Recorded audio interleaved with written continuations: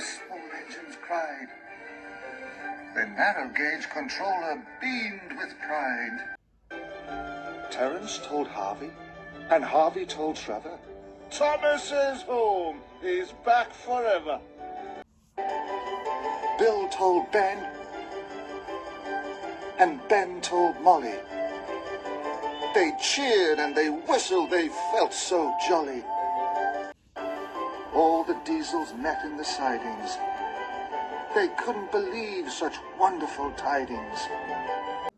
Percy told Gordon, Toby and James, my best friend is found, Percy proudly exclaimed. Arthur told Emily along the coast track, have you heard the news? Thomas is back. Miss Jenny told Jack, and Jack told his team. Hooray and hurrah, they shouted and screamed.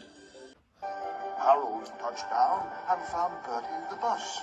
Bertie hooted and tooted and made such a fuss. Bertie found Lady Hat, who whooped and waved.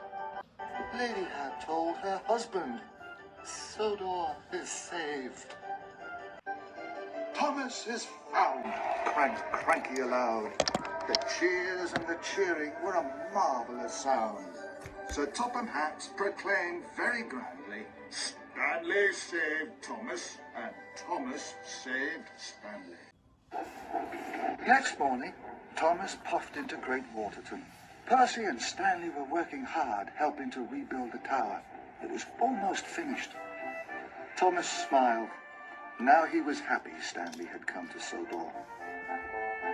He had so many wonderful friends. How could I ever have wanted to be more important than any of them? He puffed to himself.